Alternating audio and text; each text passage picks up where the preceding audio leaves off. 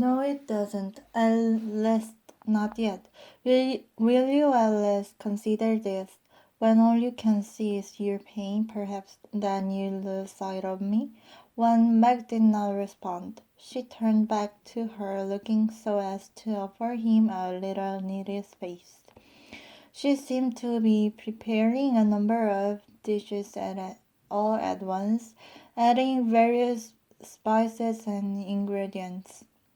Humming a haunting little tune, she put the finishing touches on the pie she had been making and slid it into the oven. Don't forget, the story didn't end in his sense of forsakedness. He found his way through it to put himself completely into my hands. Oh, what a moment that was! Mac leaned against the counter, somewhat bewildered. His emotions and thoughts were all jumbled. Part of him wanted to believe everything Papa was saying. That would be nice, but another part was objecting rather loudly. This can't possibly be true. Papa reached for the kitchen timer, gave it a little twist, and placed it on the table in front of them. I'm not who you think I am, Mackenzie. Her words weren't angry or defensive. Meg looked at her, looked at the timer, and sighed. I feel totally lost. Then let's see if we can find you in this mess. Almost as if one cue of blue jay landed on the kitchen windowsill and began strutting back and forth. Papa reached into a tin on the counter and, sliding the window open, offered Mr. J a mixture of grains that she must have kept just for that purpose. Without any hesitation and with a seeming air of humility and thankfulness, the bird walked straight to her hand and began feeding. Consider our little friend here, she began. Most birds were created to fly. Being grounded for them is a limitation rather their ability to fly, not the other way around. She paused to let Meg think about her statement. You, on the other hand, were created to be loved. So for you to live as if you were unloved is a limitation, not the other way around. Mac nodded his head, not so much in full agreement, but more as a signal that at least he understood and was striking. That seemed simple enough. Living unloved is like clipping a bird's wings and removing its ability to fly. Not something I want for you. There's a rub. He didn't feel particularly loved at that moment. Magpie's has a way of clipping our wings and keeping us from being able to fly. She waited a moment, allowing her words to settle. And if it's left unresolved for very long, you can almost forget that you were ever created to fly in the first place. Meg was silent. Strangely, the silence was not that uncomfortable. Meg looked at the little bird. The bird looked back at Meg. He wondered if it was possible for birds to smile. At least Mr. J looked as if he was, even if only sympathetically. I'm not like you, Mac. It wasn't a put down, it was a simple statement of fact. But to Meg it felt like a splash of cold water. I'm God, I'm who I am, and unlike you, my wings can't be clipped. Well, that's wonderful for you, but where exactly does that leave me? Meg blurted it out, sounding more irritated than he would have liked. Papa began stroking the little brought him up close to her face and said, smack dab in the center of my lap, as the two cuddled nose to beak. I'm thinking that birds probably understand that better than I do, was the best Mac could offer. I know, honey, that's why we're here. Why do you think I said I'm not like you? Well, I really have no idea. I mean, you're God and I'm not. He couldn't keep the sarcasm out of his voice, but she ignored it completely. Yes, but not exactly. At least not in the way you're thinking, Mackenzie. I am what some would say, holy and wholly other than you. The problem is that many folks try to grasp some sense of who I am by taking the best version of themselves, projecting that to the nth degree, factoring in all the goodness they can perceive, which often isn't much, and then calling the God. And while it may seem like a noble effort, the truth is that it falls pitifully short of who I really am. I'm not merely the best version of you that you can think of. I am far more than that, above and beyond all that you can ask or think. I'm sorry, but those are just words to me. They don't make much sense. Mac shrugged. Even though you can finally grasp me, guess what? I still want to be known. You're talking about Jesus, right? Is that going to be your last try to understand the Trinity sort of thing? She chuckled. Sort of, but this isn't Sunday school. This is a flying lesson. Mackenzie, as you might imagine, there are some advantages to being God. By nature, I am completely unlimited without bounds. I have always known fullness. I live in a state of perpetual satisfaction as my normal state of existence, she said, quite pleased. Just one of the perks of me being me.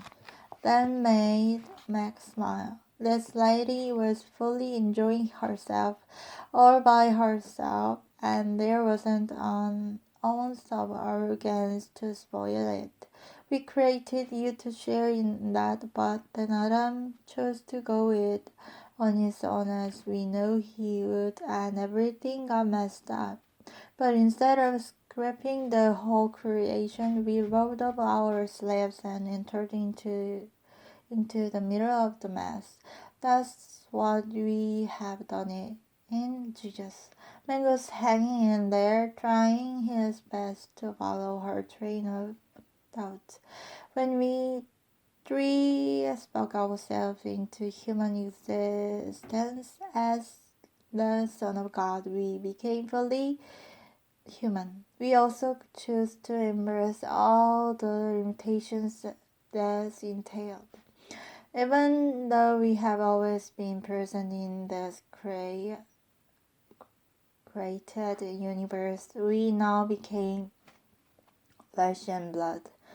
It would be like this bird whose nature it is to fly, choosing only to walk and remain grounded. He doesn't stop being a bird, but it does alter his experience of life significantly. She paused to make sure Meg was still tracking. While there was a definite cramp forming in his brain, he voiced on, okay, inviting her to continue. Although by nature he is fully God, Jesus is fully human and lives as such, while never losing the innate ability to fly. He chooses moment by moment to remain grounded. That is why his name is Emmanuel, God with us, or God with you, to be more precise. But what about all the miracles, the healings, raising people from the dead?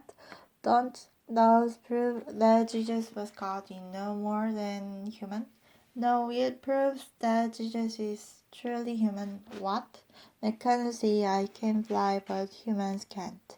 Jesus is fully human. Although he is almost fully God, he was never thrown upon his nature as God to do anything. He has only lived out of his relationship with me, living in the very same manner that I desire to be in relationship with every human being. He is just the first to do it to the uttermost, the first to absolutely trust my life within him, the first to believe in my love and my godness without regard for appearance or consequence. So when he healed the blind, he did so as a dependent, unlimited human being, trusting in my life and power to be at work within him and through him. Jesus, as a human being, had no power within himself to heal anyone. That came as a shock to Mac's religious system. Only as he rested in his relationship with me and in our communion,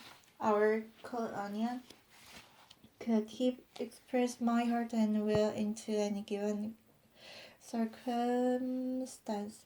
So when you look at Jesus and it appears that he is flying, he really is flying.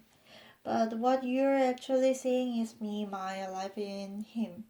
That's how he lives and acts as a true human.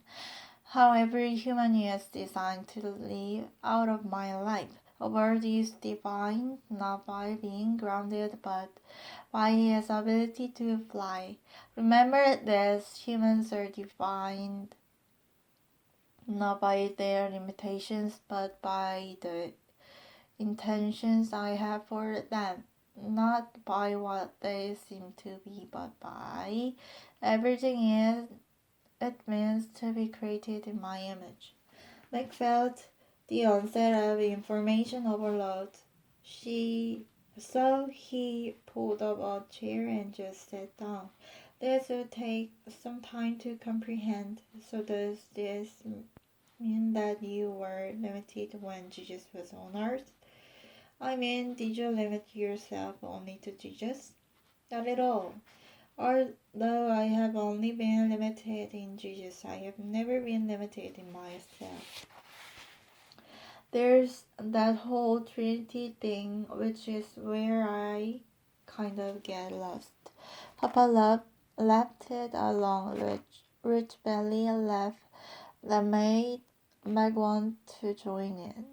She set the little bar down on the table next to Meg, turned to open the oven, and gave the pie that was baking a quick little look, satisfied that everything was fine. Papa then pulled up a chair alongside him.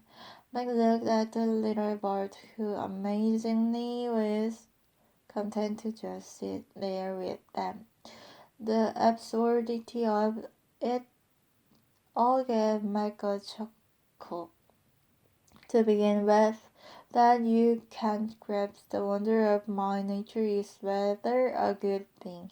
Who wants to worship a God who can be fully comprehended?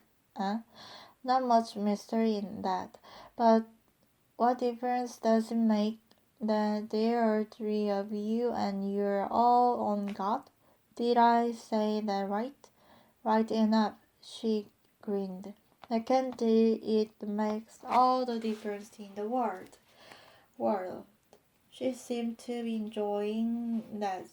We are not three gods, and we are not talking about one God with three attitudes like a man who is husband, father, and worker.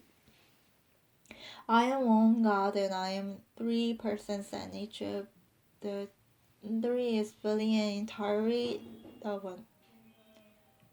The Meg had been suppressing finally surfaced in all its glory. Never mind that, she continued. What's important is that if I were simply one God and only one person, then you would find yourself in this creation without something wonderful, without something essential even. And I would be utterly other than I am, and we would be without. Mac didn't even know how to finish the question. Love and relationship, or love and relationship is possible for you only because it already existed within me with God myself. Love is not a limitation. Love is the flying. I am love. As if in response to her declaration, the timer dinged, and the little bird took up and flew out the window. Watching the jay in flight took on a whole new level of delight. Meg turned back to Papa and just started at her in wonder. She was so beautiful and astonishing. And even though he was feeling a little lost, and even though the great sadness still attended him, he felt himself settling down somewhat into the safety of being close to her. You do understand, she continued, that unless I had an object to love, or, more accurately, of someone to love, if I did not have such a relationship with myself, then I would not be capable of love at all. You would have a God who could not love. Or maybe worse, you would have a God who, when he chose, could love only as a limitation of his nature. The kind of God could possibly act without love, and that would be a disaster, and that is surely not me. With that, Papa stood up, went to the oven door, pulled out the freshly baked pie, set it on the counter, and turning around as if to present herself, said, "The God who is, that I am who I am, cannot act apart from love." Meg knew that what he was hearing, as hard as it was to understand, was something amazing and incredible.